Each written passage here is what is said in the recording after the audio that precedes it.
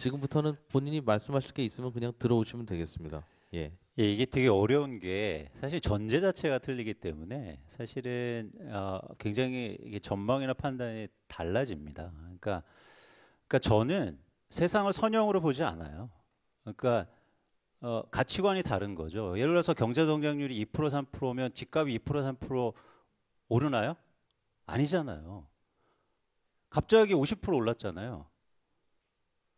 사실 이게 현실입니다. 그런데 정책을 만들고 저희가 숫자를 볼 때 저는 사실은 애널리스트입니다.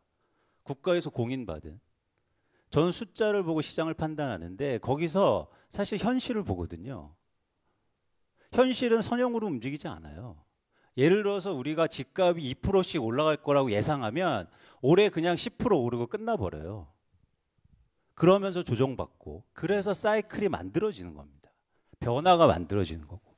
그러니까 이렇게 세상을 보는 관점에 따라서 약간 사실 다를 수 있다는 점을 일단 말씀드리고 제가 일단 강조하지만 우리나라 집값이 특히 2017년 상반기 이후 현재까지 과도하게 올랐는데 그 원인에 대해서 좀 면밀하게 살펴볼 필요가 있다는 거죠. 제가 단순 거래량이 아니라 매매 회전율을 조사해 보면요. 현저하게 떨어집니다. 그러니까 무슨 얘기냐면 아파트 단지에 1000가구가 있으면 거기에서 몇 채가 거래되는지 이렇게 거래 회전율이에요. 그래서 거래량은 좀 다른 개념입니다. 그러니까 집값이 오르면 안 팔리던 집도 거래가 되잖아요. 그래서 거래량이 그렇게 많이 빠지지 않아요. 그런데 거래 회전율은 뚝 떨어집니다. 이 얘기는 뭐냐면 집을 갖고 있는 사람들이 갑자기 안 팔기 시작했다는 거예요. 집을 갖고 있는 사람들이 근데 팔 이유가 없었어요. 저금리고 보유세 낮죠. 금리 낮죠. 정책도 뭐 애매하죠. 그러니까 집값을 팔 수 없었는데 그 와중에서 어떤 일이 일어납니까? 제가 시장에서 이런 얘기를 하면 사람들이 야 그게 말이 되냐 하지만 사실 굉장히 큰 영향을 미쳤어요. 담합이 있었습니다. 여러분 카톡방에서 심지어 집값 지키기 운동본부 아시잖아요. 아니 현실을 제가 옳고 그르다를 말씀드리는 게 아닙니다. 당연히 그렇게 해야죠. 열심히 노력해야죠. 내 집을 비싸게 받기 위해서. 그런데 그렇게 해서 오른 가격이 과연 정당성을 가지고 있느냐에 대해서 고민해 봐야 된다는 거죠. 매물이 감소했는데 갖고 있는 사람들이 그렇게 호가를 올렸는데 마음 급한 매수자들이 거기에서 딱 오른 가격을 과연 마켓 프라이스라고 시장 가격이라고 믿는 게 지금 현실이잖아요. 전 그 부분에서 의문점을 갖고 있다는 겁니다. 그렇죠. 그래서 변화되려면 여기서 이제 변화 관점이죠. 우리가 이제 미래를 전망하는 관점에서는 명확하게 계속 집을 안 팔면 계속 오를 수밖에 없어요. 그렇잖아요. 반대로 매물을 갖고 있는 사람들이 집을 팔기 시작하면 집값은 빠질 거예요. 그런데 아까 실장님 말씀드린 거 전적으로 동의하는데 예를 들어서 서울시내에 5만 가구, 4만 가구 분양되고 공급됐는데 그중에서 70% 이상이 다주택자가 받아갔어요. 그 사람들이 집을 파느냐 안 파느냐가 사실 관건입니다.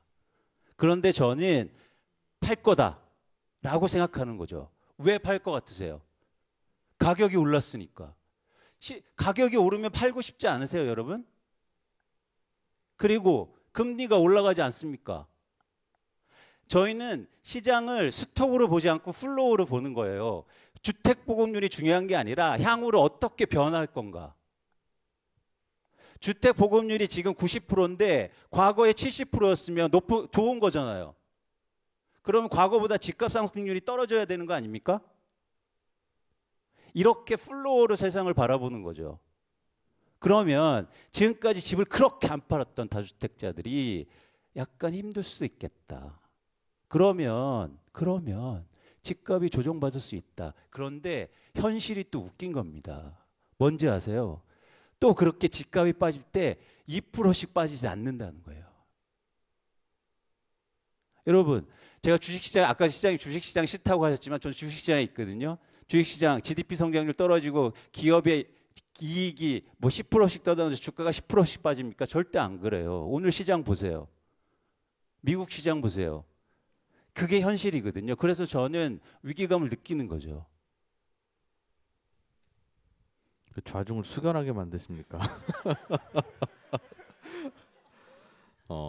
최근에 1, 2년간의 상승세가 집주인들의 담합 때문인지 일각에서는 뭐 양도세가 갑자기 강화되면서 팔고 싶어도 못 파는 상황이기 때문인지 아무튼 물량이 안 나오는 거는 사실인 것 같습니다. 그러니까 그렇게 물량은 안 나오는데 수요자들은 초조하기 때문에 뭔가 생긴 심리적인 비이성적인 그 행동의 결과로서 나타난 가격의 단기 급등인 건지 그러면 이제 조만간 다시 조정받겠죠. 그런데 아까 김덕래 실장님께서는 최근에 1, 2년간 오른 것이 박근혜 정부 때 한동안 안 올랐던 것 내지는 그로 인해서 정부가 부양책을 썼던 것에 대한 결과가 박근혜 정부 때 쓴 게 결국은 뭐 문재인 정부 때 나오는 거지. 그건 시차가라는 게 존재하니까. 그래서 나온 거라고 해석을 하셨던 걸로 기억을 해서 앞으로 집값이 어떻게 될 건지를 예측하려면 지금껏 오른 게 정상인지 비정상인지를 일단 판단해야 그 예측이 될 거 아니겠습니까? 그러니까 정상적으로 오른 거라면 그게 빠지기는 어려울 것 같다는 생각은 할 수 있는 건데 그게 비정상적으로 이른바 펀더멘털을 반영한 게 아니라 비정상적인 수급 상태를 반영한 거라면 뭐 다시 내려올 수도 있겠죠. 근데 이광수 의원께서는 후자 쪽이라고 말씀하신 듯해서 동의하시는지 아니면 다른 의견이신지.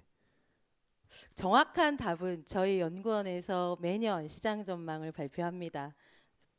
물론 매년 틀립니다. 그렇지만 또 저희는 해야 하기 때문에 12월 초에 확인을 해주시면 좋을 것 같습니다. 제가 말씀드렸던 것은 그 장기 시계열적인 측면에서 이제 말씀을 드렸던 거고요. 그게 이 의원님께서 말씀하셨던 것처럼 어떨 때는 비정상적이고 어떨 때는 수렴하다가 그런데 늘 학자라는 군은 늘 수렴한다. 이렇게 정상시장에 이렇게 얘기를 하다 보니까 그 관점에서 말씀을 드렸다라는 이야기를 드리고요. 저는 지난해 파리 대책이 나올 수밖에 없었던 그 바로 직전에 강남에서 벌어졌던 시장 현상 아주 비정상이라고 생각합니다. 그리고 4월 달 이후에 양도세 중과에 의해서 다주택자들이 임대 등록을 굉장히 많이 했습니다. 그러면서 쭉 가격 빠졌습니다. 그리고 나서 2, 3일 후에 조정이 됐습니다. 전 그거 정상이라고 생각을 합니다. 그런데 제가 보는 7월, 8월의 시장은 굉장히 이상했습니다. 누가 봐도 이상할 겁니다. 눈 뜨고 났는데 막 쭉쭉 오르는 거는 누가 봐도 정상 아닙니다. 그렇다라고 하면 그 단기간에 있었던 그 비정상의 시장이 왜 발생할 수밖에 없는지에 대한 진단들은 그래서 정부 정책이 자이든 타이든 나올 수밖에 없었다라고 생각이 듭니다. 그래서 그것들에 대해서는 조정을 할 수밖에 없었고 필요했다라는 생각이 드는데 우리가 일반 상품 시장에서 라면이 없으면 라면 안 사면 되죠. 막 급등하면 우리 라면 안 먹어. 대신 우리 그냥 수제비 먹을 거야. 대체할 수 있습니다. 그런데 묘하게 주택은 나 집이 없는데 막 집값이 올라가요. 그럼 나 집 없어도 돼. 나 그냥 없이 살 거야. 이게 안 된다라는 거죠. 나도 있어야 되는데 일단 그 목적은 투자든 투기든 다 떠나서 집 없는 사람에게 있어서는 나의 주거 안정이 가장 기본적으로 해결돼야 되는 거기 때문에 불안한 겁니다. 그래서 주택시장이 일반 상품 시장하고 조금 다르다라고 이야기하는 것 중에 하나가 그래서 부동산 시장, 주택 시장은 심리가 작동이 된다. 이 심리에 대해서 불안전함을 제거해 주지 않으면 시장이 안정화되기가 어렵다라고 이야기하는 부분이 굉장히 크다라는 겁니다. 근데 여러분들 2006년, 7년 막 집값 고공행진했을 때 잘 생각해 보시면 이렇게 상투 잡고 내려오셔서 망하신다라고 하는 분들 불안한 겁니다. 이게 투자 투기를 떠나서 일단 집 없는 사람들이 맨 마지막에 너무 불안하니까 일단 들어갑니다. 그리고 이제 조정이 되니까 굉장히 이제 손해도 많이 보시는데 이미 투자 투기하시는 분들은 그 전에서 모든 거 다 끝냅니다. 이게 일반적인 주택 시장에서 벌어지는 현상들이 있었다라고 하는 부분들이기 때문에 저는 서울시에 아까도 뭐 얼핏 얘기하셨지만 우리가 주택 시장을 읽는 지표들이 공통된 몇 가지의 지표들이 있습니다. 주택 보급률 보지만 세계 어느 나라도 주택 보급률로 주택의 양을 측정하지 않습니다. 천인당 주택수로 하는데 우리나라만 묘하게 주택 보급률이라는 숫자를 써왔기 때문에 쓰는 건데 천인당 주택수를 보더라도 우리는 낮은데 서울이 유독 낮습니다. 그리고 통상적으로 물론 나라마다 국가마다 지역마다 어느 정도 시장에 어느 정도 사람이 집을 가지고 있고 임차 시장에 있는 게 안정화가 된 시장이야 라고 이렇게 하나의 숫자로 얘기할 수는 없지만 대충 보면 10가구가 산다라고 하면 6명 정도는 내 집을 갖고 있어야 됩니다. 그리고 4명 정도가 임차 시장에 있으면 그중에 다주택자가 한두 가구 있어서 임대 주면 되거든요. 이게 통상적으로 그 정도가 되면 불안하지 않습니다. 서울은 내 집에서 살고 있는 사람이 45.2%밖에 안 됩니다. 그렇기 때문에 불안한 거고, 서울의 또 특이한 점은 특히 이게 좋은 집이 많은 강남이라든가 뭐 이런 데 보면 이 45.2%는 자가 점유율이라는 지표로 얘기를 합니다. 내 집에서 내가 사는 것. 그런데 타지에 집을 갖고 계신 분들이 또 많습니다. 내가 강남에는 살아야겠는데 돈은 안 되고 저 경기도에 집은 가지고 있고, 주택 자가 보유율이라는 지표가 있습니다. 이건 자가 점유율보다 높습니다. 그 갭이 한 10% 정도가 되고, 그 10%는 대부분 교육이라든가 뭐 여러 가지 이유로 좋은 주거지에 높은 전세가로 살고 있습니다. 그렇지만 그 사람들은 집이 있습니다. 그러니까 이런 부분들이 서울시장에 유독 경기도하고 얽혀가지고 있는 아주 특이한 구조가 있어서 불안한 거고, 서울시는 절대적으로 집을 갖고 있는 사람이 없습니다. 아무리 1인 가구가 늘어나고 청년 가구가 늘어난다, 신혼부부가 있다 할지라도 그 시장에 있어서 한 60%는 내 집을 갖고 내 집에서 살고 있으면 이렇게 불안하지 않을 겁니다. 그러면 나머지 40% 정도만이 집을 살지 말지 실수요 측면에서 고민해도 되는데, 서울은 그렇지 않기 때문에, 다른 지역은 아닙니다. 그렇지만 적어도 서울은 주택을 추가적으로 공급해 준과 동시에 내 집을 마련할 수 있게 해줘야지만이 좀 더 안정화가 될 수 있는 시장이 될 수 있기 때문에 계속 해야 되는 부분이 있는데, 지난해까지는 그래서 보시면 주택도시기금에서 굉장히 낮은 금리로 정책자금을 많이 풀었습니다. 내 집 마련 디딤돌 대출 을 풀어서 집을 사게 해줬는데, 집을 가장 많이 산 세대는 30대와 40대입니다. 내 집이 없었던 그래서 실수요 시장으로 재편되고 있다라고 이야기하는 것처럼, 이제 갓 결혼을 해서 갓 신혼부부가 집을 사는 건 어렵죠. 그렇지만 아기를 낳을 때쯤 돼서, 지금의 신혼부부가 결혼하고 나서 7년 차까지가 신혼부부라고 법에서도 정하고 있기 때문에 이 안에는 적어도 집을 살 수 있어야 하고 집을 마련해야지만이 그 다음에 생이 이제는 보장이 될 수 있기 때문에, 그게 유독 안 되고 있는 게 서울시장이다라는 말씀을 좀 드리고 싶은 부분이 있고, 제가 계속하면 안 되겠죠. 그러면 여기까지만 하고 또 다음에 오면 하겠습니다. 하실 말씀 있으신 것 같아서. 제가 드릴 말씀은, 그래서 사실 이제 요새 분위기 얘기를 좀, 아무래도 저는 필드에 있는 분들하고 교류를 하고 얘기를 듣고 하니까 말씀을 좀 드리려고요. 시장 분위기가 흉흉하죠. 지금 이 강남권에 있는 주요 인기 지역 아파트들, 대치, 개포, 뭐 반포 이런 지역, 말 그대로 지난 8월, 9월 달에 미친 듯한 상승률을 보였던 지역들, 또는 이제 뭐 마포라든가 용산, 동작 이런 지역 부동산 사장님들하고 한 번씩 물어봅니다. 요새 어때요? 그러면 전체적으로 이렇게 전화 한 통도 없는 날은 처음이에요라든가, 분위기 자체가 많이 식었습니다. 굉장히 시장은 안 좋은 것 같아요. 그러면 매매 가격도, 그러니까 매수 찾는 사람이 없으니까 매매 가격도 분명히 안 좋은 것 같고요. 근데 되게 의외인 건, 뭐 의외라고 할 수도 없겠네요. 최근에 또 흐름 중에서 특징이 뭐냐면, 임대 가격도 안 좋습니다. 전세 가격도 빠지고 있어요. 그래서 제가 한두 달 전에 마포에 있는 한 부동산 사장님한테 물어봤더니 84제곱미터 전용 34평형 전세가 한 8억 정도는 간다고 그러셨었는데, 지금 7억에도 물건이 잘 안 빠진대요. 그러니까 전세도 한 1억 정도 빠졌어요. 그리고 뭐 올해 아파트 이름 중에서 가장 많이 거론됐던 데가 송파 헬리오시티잖아요. 헬리오시티도 제가 지난주에 그쪽에 있는 부동산 사장님이랑 유튜브 방송을 하면서 얘기를 들었는데, 가격 많이 회복했어요 라고 하셨는데, 이번 주에 다시 확인한 바로는 거기도 또 이제 살짝 물건들 적체되면서 다시 조금 내려가는 모양새가 보이는 것 같아요. 전세값이. 전세 가격이. 매매는 전체적으로 크게 움직임이 없고요. 집값이 움직임 없는 건 저도 왜 그런지 알겠어요. 네. 저라도 안 살 것 같고 저라도 안 팔 것 같아요. 네. 근데 전세값은 왜 그렇게 떨어집니까? 전세 가격이 흔들리는 이유는 사실 올해 하반기부터 입주 물량이 많습니다. 그러니까 송파 헬리오시티도 30평형대가 5천 세대가 넘어요. 그러니까 물량이 되게 많고요. 그리고 아까 마포 지역도요. 마포 안에도 보면 신규 입주 단지들이 몇 개 있고요. 그러니까 지역별로 동작구도 한 1,600세대 입주하죠. 지금 하반기부터. 뭐 은평구도 있고 서대문구도 있고 입주 물량들이 다 있어요. 그러니까 신규 아파트 입주들이 그러니까 2015년 16년에 공급되었던 물량들 그때 공급이 되게 많았거든요. 이제 입주들 하면서 기축들의 임대 가격을 흔들기 시작하는 겁니다.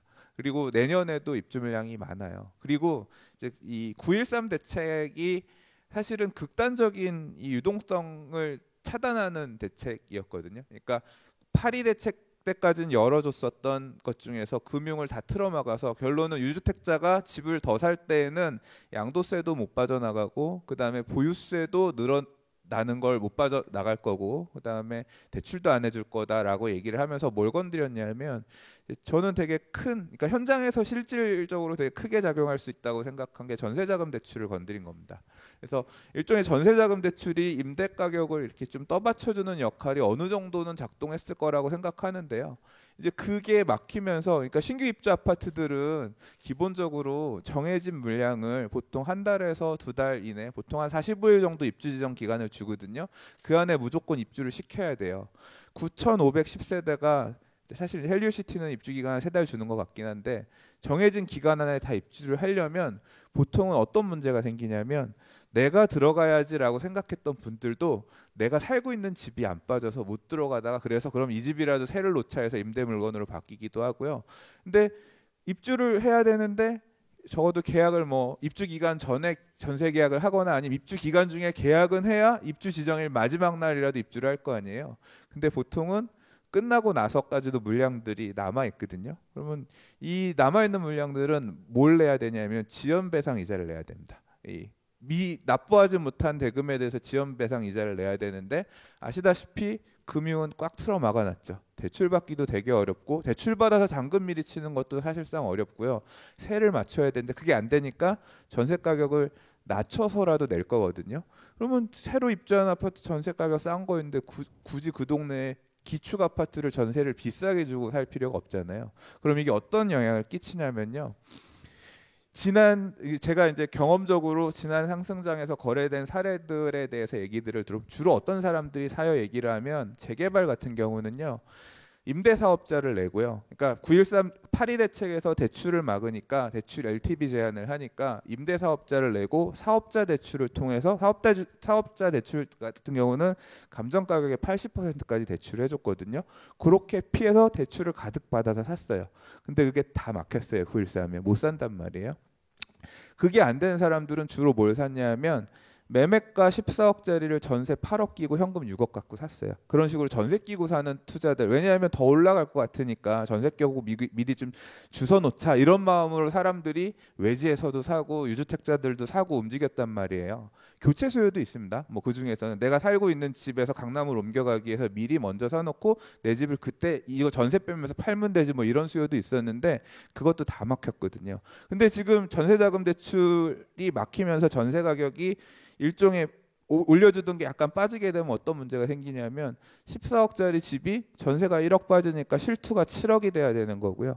지금 뭐 사실 올해 계속 얘기 나왔던 내용 중에 반포의 아크로리버파크가 뭐 평당 1억 거래된 게 사실이냐 아니냐 이게 자꾸 지금 언론에 나오긴 했는데 제가 알고 있는 바로는 24평 그거는 사실 실거래 사례를 동네 부동산들도 아무도 몰랐던 사례지만 30평대 34평 같은 경우는 실거래 30억 찍었다는 거 얼마 전에 올라왔지만 아마 31억 실거래된 것도 있는 걸로 알거든요. 그거 좀 있으면 올라올 것 같은데 걔 전세가 한 14억 정도 하거든요. 그러면 31억짜리를 14억 전세 끼고 사면 현금이 17억 있어야 되는 거잖아요. 실제로 매매가 대비 전세가 비율이 50%가 안 돼요. 그러니까 서울의 많은 인기 지역들, 그러니까 인기 지역들은 매매가 대비 전세가 비율이 절반이나 그 밑으로 있는 경우들이 많은데 앞으로 매매가가 고정된 상태에서 전세가가 빠진다라고 얘기하면 매매가 갭 투자해야 되는 금액이 훨씬 더 커진다는 얘기고요. 이렇게 잠궈놓은 상태에서 과연 더 돈을 지불하면서 매수가 단기간에 붙을 수 있을까? 저는 좀 만만치 않을 거라고 생각하거든요. 그래서 내년에는 되게 중요하게 봐야 되는 게 매매가 대비 전세가 비율 또는 전세 가격의 움직임이 어떻게 되느냐. 전세 가격이 만약에 또 찍고 올라가기 시작하면 또 다른 현상이 생길 수가 있는데, 만약에 전세 가격도 계속 안 좋은 상황이 된다. 입주 물량이 많으면 전세 가격은 내릴 수밖에 없거든요. 만약에 그렇다고 하면 내년에 조금 조정받을 수도 있겠다라는 생각이 개인적으로 하고 있고요. 요거는 지금 소위 말하는 서울 안에서도 프라임 시장들, 인기 지역들에 대한 얘기고요. 서울도 보면 이제 급지들이 나뉘어져 있죠. 그렇게 비싼 시장도 있지만 매매가 대비 전세가 비율 또는 매매가랑 전세가의 이 갭이 크기로 봤을 때 사실 말씀드린 이런 인기 지역들은 역대 최고치거든요. 이제까지 이렇게 갭이 많이 벌어진 적이 없을 정도로 사실 사람들이 미래 가치에 많이 베팅하고 있다는 얘기예요. 그런 지역이 많은데요. 비인기 지역 또는 비인기 지역에서도 비인기 아파트 같은 경우는요, 그 갭이 적어요. 여전히 적은 데들도 많이 있어요. 이제 예를 들자면 구로에서도 뭐 약간 사이드 있는 지역들, 이런 데들은 여전히 조금 덜 올랐다고 생각하면서 그런 지역들은 또 후행하면서 이제까지 못 샀던 사람들이 움직이기도 하고 있고요. 근래 트렌드는 지금 사실 수도권 시장 같은, 그러니까 비규제 지역 같은 경우는 9.13 대책 이후에 사실 반전이 되고 있는 상황이거든요. 그러니까 규제가 없는 상황이기도 하고 아직 그렇게 큰 돈 안 들이고 집을 살 수 있게 되니까 여기 아직 덜 올랐다고 하면서 소액 갖고 움직이려는 투자자들이 사실 뭐 그 지역들을 가면서 매수를 해주면서 가격이 오르는 건지 모르겠는데, 그래서 아파트 매매가 시장 변동률을 보면 양극화된다라고 해서 사이드 지역들은 파란색, 중심 지역들은 빨간색, 이런 색으로 모양이 보이던 게 요새 보면 걔네들이 다시 이제 빨간색으로 돌아서면서 플러스 마이너스 0 이상으로 올라가는 모습을 보이고 있거든요. 그래서 지금 비인기 지역들 같은 경우 그렇게 갭 메우기 하면서 쫓아가고 있는 모양새들이 현재까지는 보이고 있습니다. 거기서 시장 상황은 아주 잘 정리를 해줘서 고맙습니다. 그 판단을 어떻게 하세요? 즉 그런 것이 예를 들면 아예 그냥 노골적으로 여쭤보죠.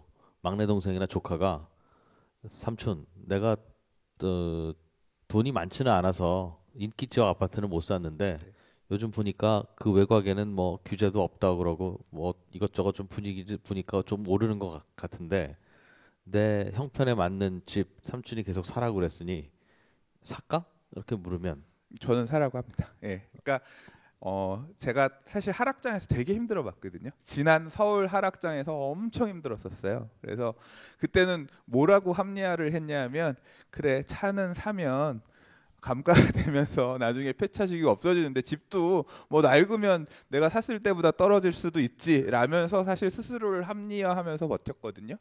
예, 그 시장이 되게 힘들었는데. 언제 집을 사셨는데 힘드셨어요? 저는 2005년에 처음 샀고요. 사실 2005년에 산 거는 그렇게 힘들지 않았는데 2009년, 10년 이쯤 산 집이 되게 꼭지에서 힘들었죠. 산 집들이? 예, 되게 힘들었죠. 예. 그래서 사실 제가 좀 전에 말씀드린 그 비규제 지역들, 비인기 지역들, 저는 사실 똘똘한 한 채 부동산 양극화를 별로 신뢰하지 않는 사람이거든요.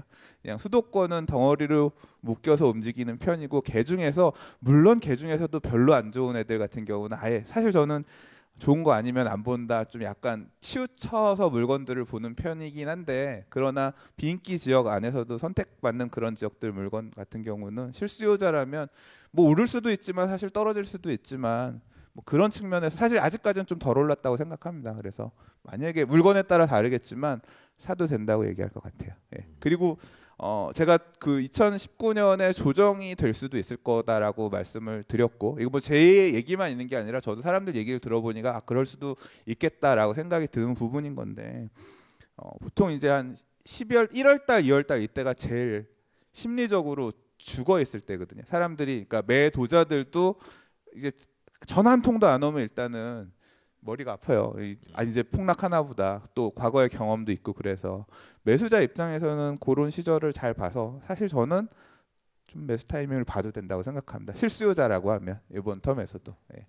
계속 저는 그러면 이 전세 가격이 그럼 내년에는 입주 물량이 많기 때문에 전세 가격이 좀 조정받으면서 빠질 수도 있겠지만 그 이후엔 또 물량이 없거든요. 그러면 전세 가격은 시간을 두고서 다시 또 매매가 안 움직이고 매매가 어느 정도 조정되잖아요. 그럼 전세 가격은 또 시간을 두고 쫓아갑니다. 그렇기 때문에 실수요자 분들이라고 하면, 왜냐하면 사실 주택 청약을 통해서 내 집 마련하면 되게 좋아요. 정말 좋아요. 저도 받고 싶었는데 안 돼요. 청약으로는 거의 저는 엄청 몇 년 하다가 포기했거든요. 그러다가 결국 저도 집을 산 케이스인데 이 서울시 안에 주택 공급 물량이, 저는 재개발 재건축 정비사업 쪽을 주로 보기 때문에 이제 그 물량들을 보는데 재개발할 데가 별로 없습니다. 이미 과거에 지정했던 들 중에 얼추 많이 끝났고, 마포구 같은 경우는 재개발 구역이 한 개도 안 남아 있어요. 지금 재개발 구역이 한 개도 없는 구도 많아요. 그리고 재건축 중에서 초기 단계 재건축 같은 경우는 안전지단 기준을 저렇게 바꿔가지고 일단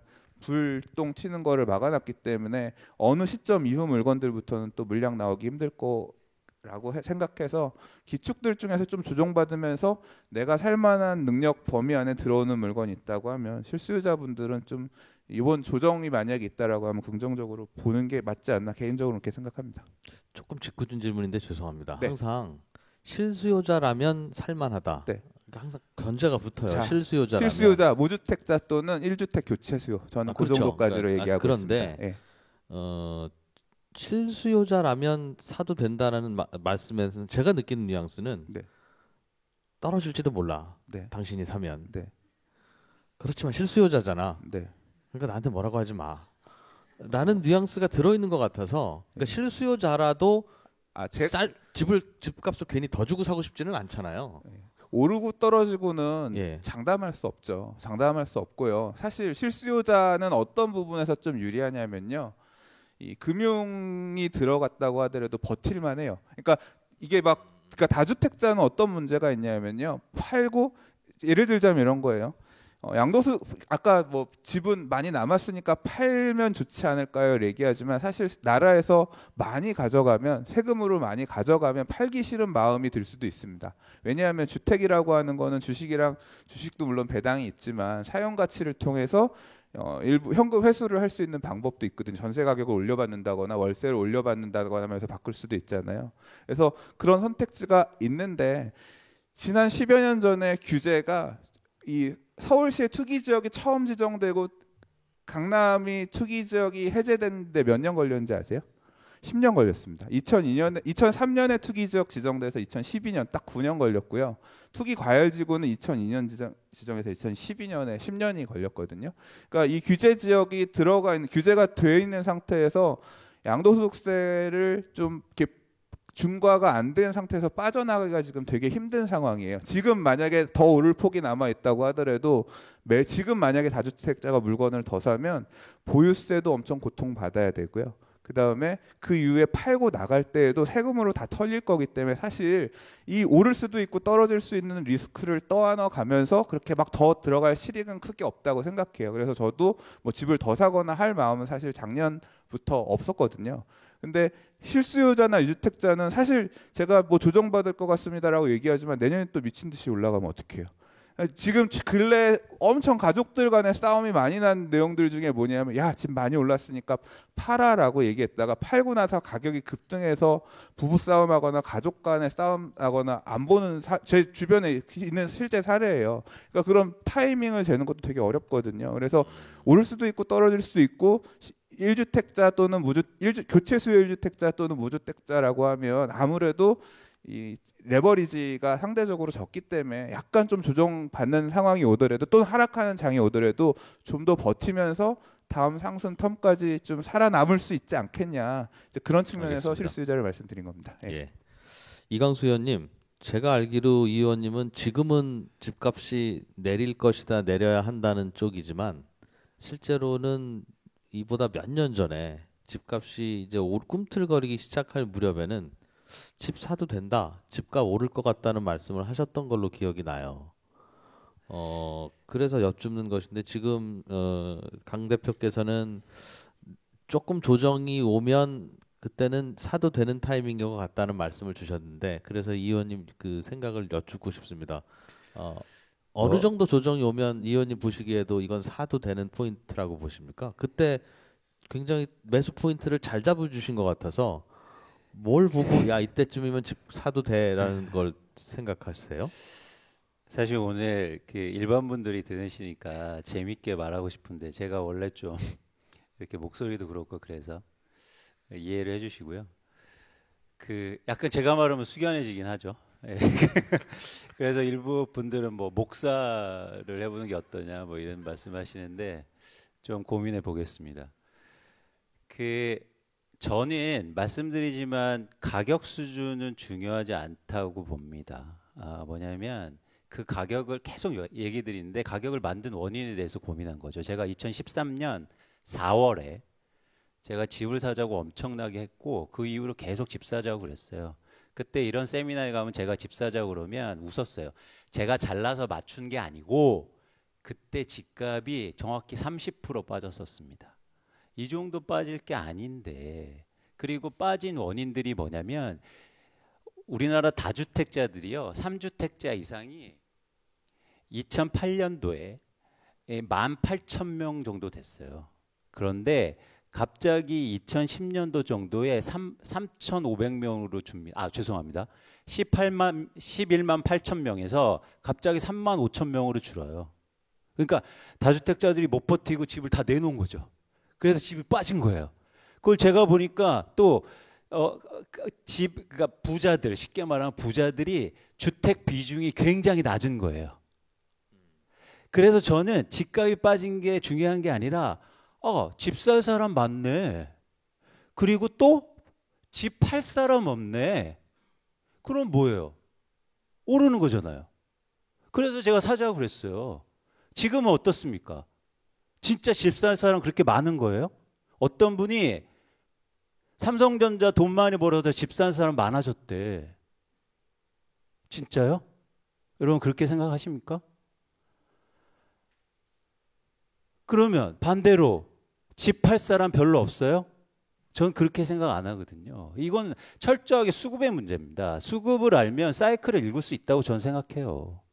그래서 제가 지금 이 상황 속에서 그런 상황을 얘기 드린 거죠. 또 한 가지, 그러니까 자꾸 막 여러 말 들어서 어쨌든 그런데 한 가지 이제 전세 가격 하락을 전 굉장히 유의미하게 보는데, 최근 이제는 뭐 풍선 효과다 그러면서 왜 전세 가격 대비해서 매매 가격 작은 데가 가격이 지금 오르고 있어요. 대표적으로 어디입니까? 요즘 뉴스에 많이 나오는 데가 부천이에요.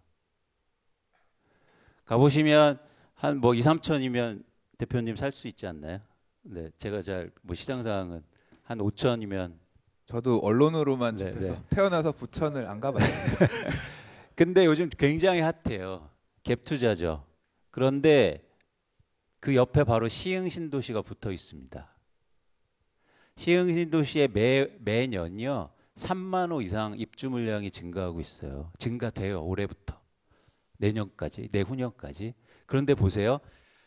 그 주택 그 전세 가격은 지금 전세 가격이잖아요. 그걸 통해서 내가 그 레버리지를 엄청 일으켜서 집을 샀어요. 근데 갑자기 신도시 옆에 생겨갖고 전세 그쪽으로 다 이동하면 전세 가격 빠질 거 아닙니까? 그럼 어떻게 해요? 나 전세 가격이 태줘야 돼요. 이게 갭 투자의 가장 맹점입니다. 지금 굉장히 리스크한 투자들이 이루어지고 있어요. 서울은 뭐 약간 예외라고 보고 있죠. 근데 어쨌든 서울은 지금 살 수 있는 상황은 아니고 갭 투자를 통해서 레버리지가 없으니까 집값이 너무 올라서 지금 뭐 40% 50%대니까. 그런데 그런 데 가서 집을 사시는데 굉장히 리스크한 거죠. 왜냐하면 옆에 이제 입주 물량이 엄청 증가하는데 전세 물량 다 그쪽으로 빠질 거잖아요.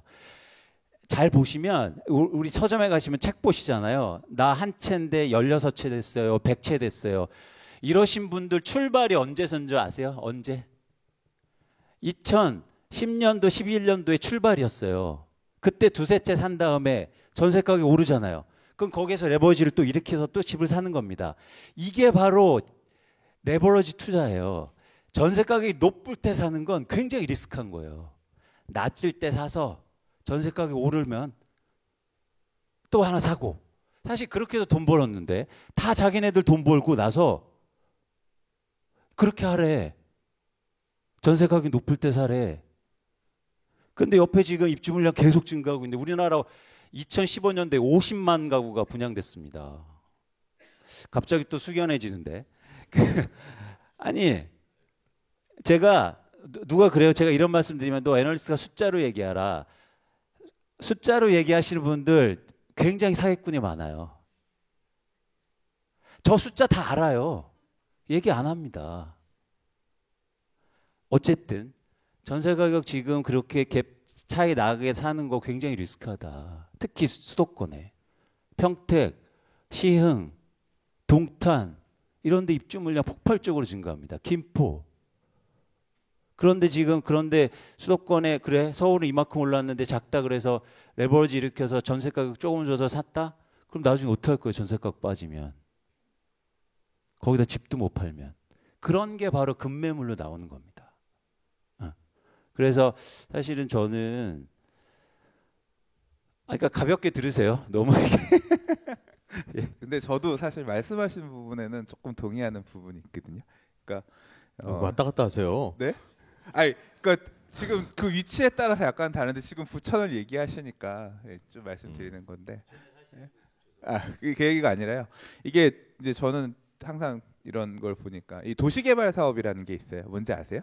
그러니까 소위 말해 그냥 빈 땅에다가 도시를 개발하는 사업인데요. 이 도시개발 사업은 항상 좀 후행하거든요.